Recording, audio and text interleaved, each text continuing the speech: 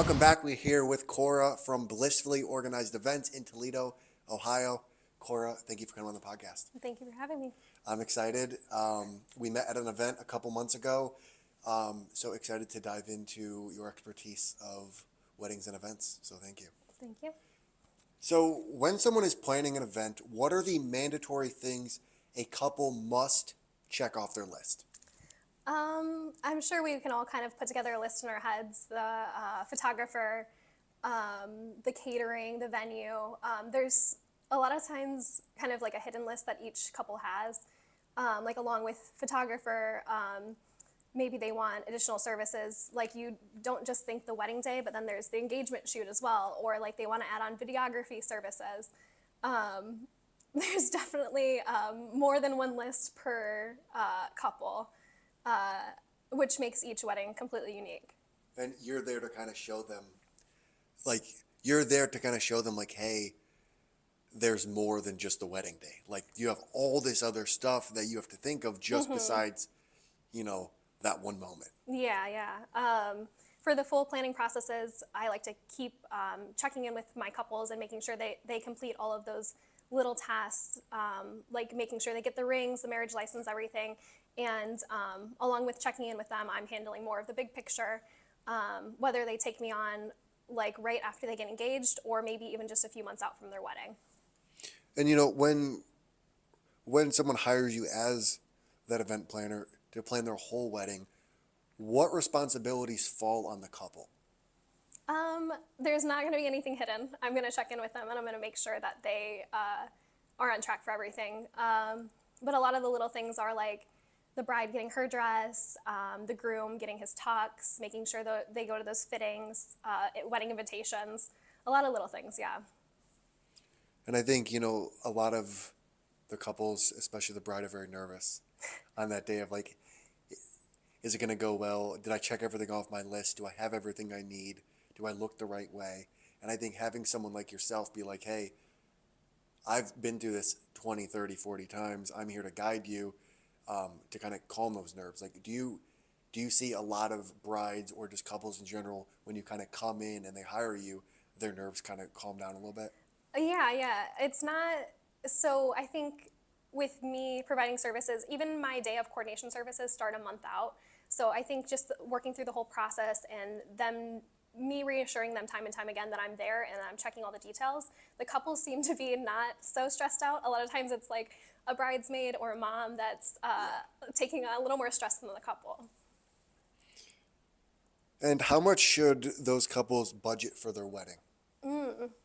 So I think about average wedding is about $30,000 currently. But, it really depends on what the couple's vision is.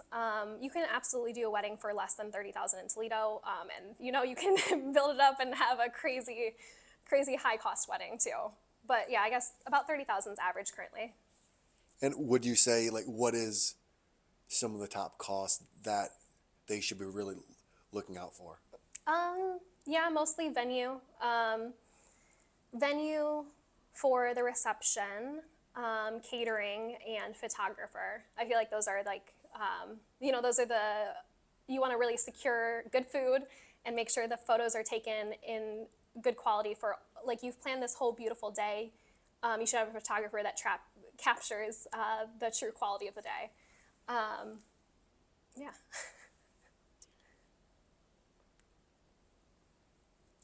And do you work with your clients to find a venue that really fits their needs and wants? Yeah, so it depends on when the couples book me, because sometimes, they haven't planned anything. Sometimes they've planned a few things, and then I step in, and sometimes they fully planned, and then I'm taking over at the end. Yeah, there's so many different venues in the Toledo area. I'm really enjoying that part of working in the area. There's so many different, I've been out in Port Clinton on the beach, like that's been beautiful, different barn venues. I've got one coming up at the zoo. There's such a variety of venues in the area. And this is now to go to the personal side of you. What is one thing you love to do, but you rarely get to do it? I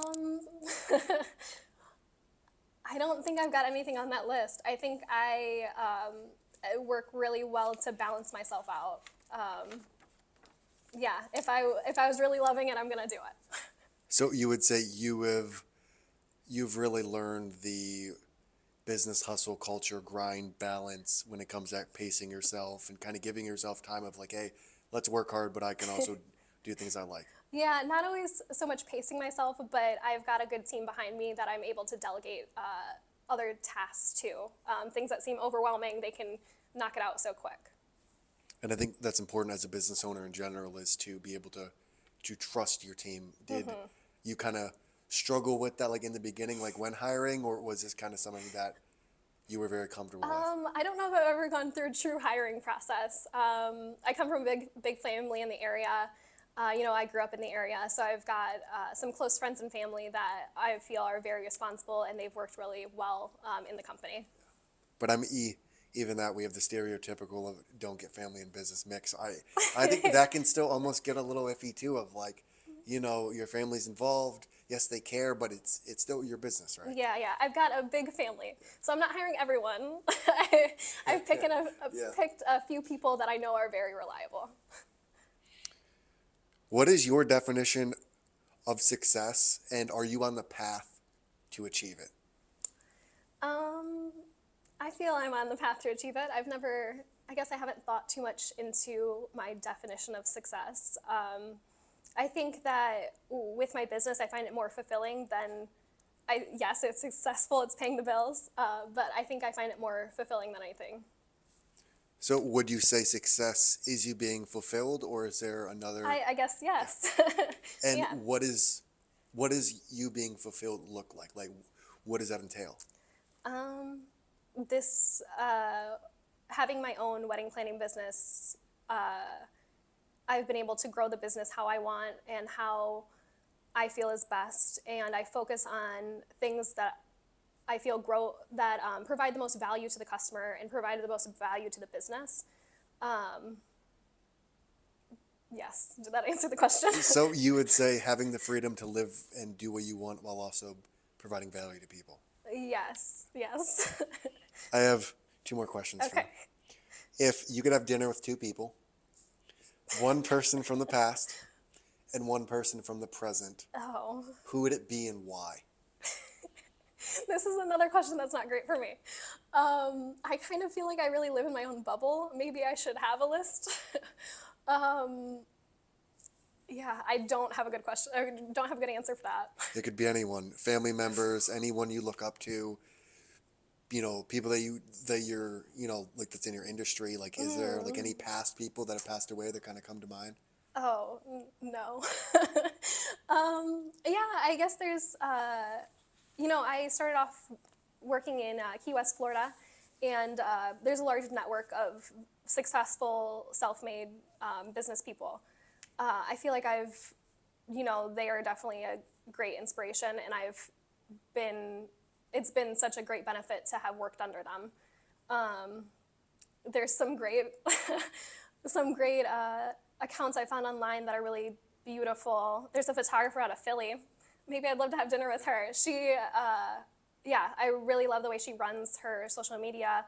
I've worked with her in past events in Florida, but just only having so much time on site with somebody, you don't get to know them fully or understand them fully. I'm definitely happy. We met at a networking event. I'm definitely excited to get to know more of the wedding vendors in the area as well. Absolutely. I have one more question for you. Okay. Why did you decide to partner with us and offer the discounts? So at the event, I can't remember her name. Tamika, yes. Tamika was great. When she spoke to me about you, she was saying that it was just so much more than partnering with you. You've got a great network behind you, and I've seen that. The people you've sent me over seem great.